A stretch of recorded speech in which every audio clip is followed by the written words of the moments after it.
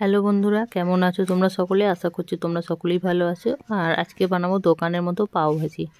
চলো, পাও ভাজি রেসিপিটা আজকে তোমাদের সঙ্গে শেয়ার করব। পুরো দোকানের মতো খেতে হয়, খুব ভালোই লাগে। চলো আজকে শেয়ার করছি। এখানে হচ্ছে দেখো, গাজর, বিট আর আলু নিয়েছি, সেদ্ধ করব। এর মধ্যে কড়াইশুঁটিও দেওয়া যায়।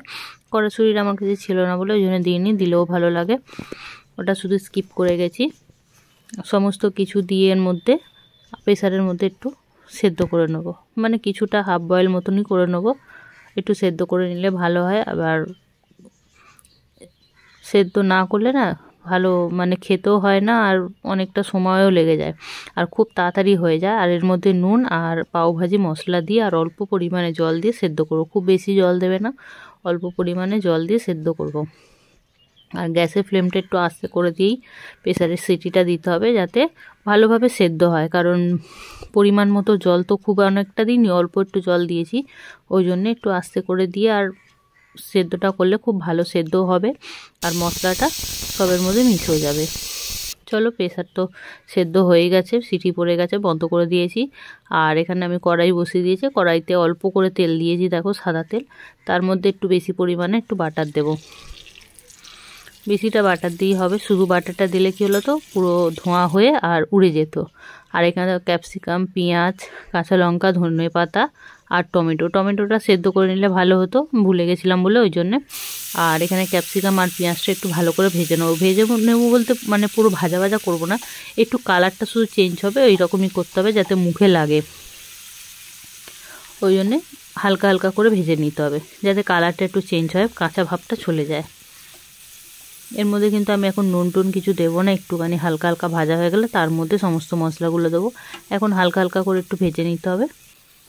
এখানে কালারটা দেখো একটু চেঞ্জ হয়ে গেছে। এরপরে এর মধ্যে সমস্ত আর যাগুলো আছে না, ধনেপাতা, টমেটো, কাঁচা লঙ্কা, এগুলো সব দিয়ে দেবো। ধনেপাতাটা সেদ্ধ করে নিলে মানে মানে আলু আর এর সঙ্গে খুব ভালো হতো, সেটা স্কিপ করে গেছিলাম, আমি ভুলে গেছিলাম ওই জন্যে।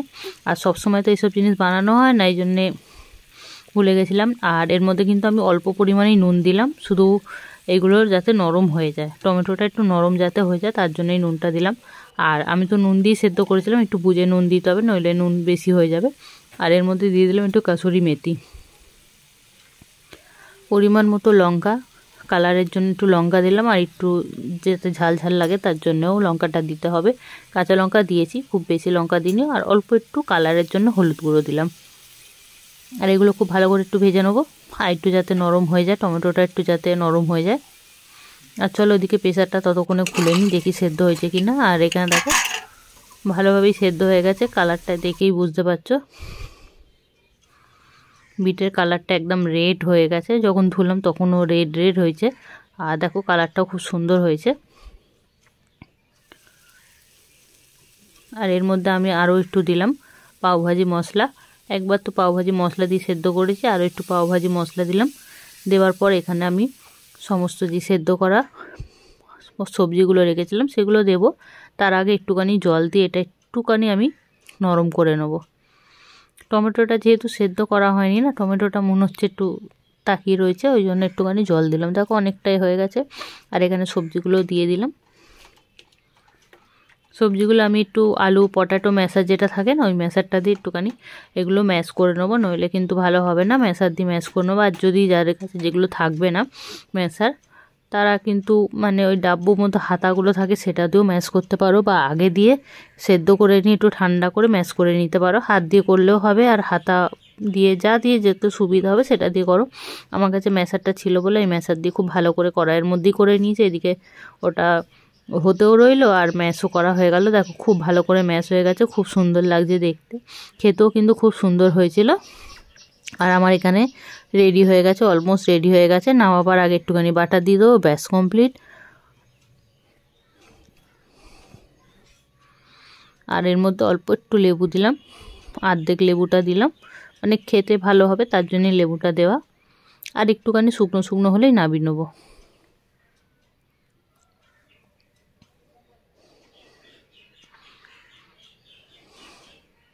গরমের সময়, এই ঠান্ডার সময় এরকম গরম গরম পাও আর এই ভাজিটা খেতে কিন্তু খুব ভালো লাগে। ওই জন্য সকালের টিফিনে বা বিকালের টিফিনেও খুব ভালো লাগে খেতে। ওই জন্য আমি এটা অনেকটাই পরিমাণে বানিয়ে রেখেছিলাম। মাঝে মাঝে মাঝে মাঝে বলতে একদিন দুদিন তো হবেই, এতটা তো একবারে খাওয়া যাবে না, ওই জন্য একটু বেশি পরিমাণে বানানো হয়েছিল। আর চলো হয়ে গেছে, এবার রুটিগুলো সেঁকে নিই। এখানে দেখো রুটি নিয়ে এসেছিলাম, এই রুটিগুলো আমি কেটে নেবো, গোটা গোটা ভাজবো না, কারণ একটু পাতলা পাতলা হলে খেতে ভালো লাগে।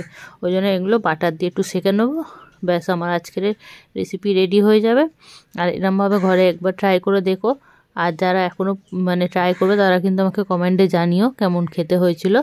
আর যাতে দেখো আমি ভাজিটা করেছিলাম তার মধ্যেই আমি রুটিগুলো একটু দিয়ে দিলাম, তাহলে ওর মধ্যে পাউভাজির যে টেস্টটা আছে না রুটির মধ্যে হয়ে যাবে, ওই জন্যেই এর মধ্যে দিয়েছি। আর দেখো বাটারও দিয়ে দিয়েছি রুটিগুলো সেকার জন্যে, বাটার দিয়ে এগুলো ভালো করে সেঁকে নেবো, খুব ভালো হয় খেতে।